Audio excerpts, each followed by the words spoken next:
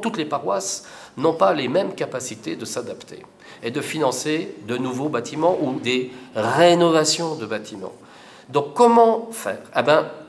L'enjeu de cette réunion et du projet présenté, c'est de créer une solidarité entre les paroisses qui ont des moyens et les paroisses qui n'en ont pas. En même temps, être solidaire sur l'immobilier, comment le gérer, comment bien le gérer, comment bien l'animer, comme par exemple nos maisons paroissiales. Ces maisons paroissiales, c'est un atout important pour la mission, pour que les communautés soient bien donc accueillies, formées, bien vivantes, un lieu de convivialité, etc. Donc il faut que ces maisons-là soient adaptées à nos besoins aujourd'hui. Donc comment faire pour que dans l'ensemble du diocèse, et pas simplement ici ou là, quand ceux qui le peuvent feront et ceux qui ne peuvent pas mourront.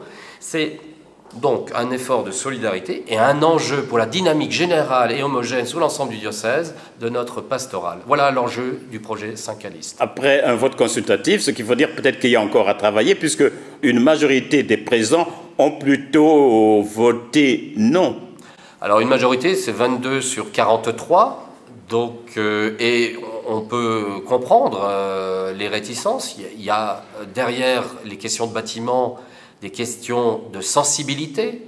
C'est toujours une question qui est d'avis toujours partagé. On a peur que quelque part, les décisions elles soient prises de manière centralisée.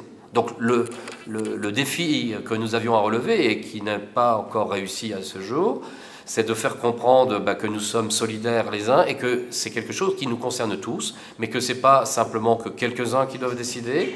Bien sûr qu'il y a une priorité, et c'est la paroisse qui sera prioritaire, évidemment, dans la définition et la gestion et la responsabilité, mais qu'elle ne peut pas seule décider de ce qu'il lui faut. Donc il faut qu'on crée cette solidarité. Peut-être que le mécanisme était trop ambitieux, qu'on crée une solidarité généralisée, économique et financière. C'est vrai que ça nécessite des efforts considérables pour certaines paroisses qui auront des cotisations très importantes. Donc on ne peut pas du jour au lendemain comme ça leur demander cet effort sans un effort de pédagogie.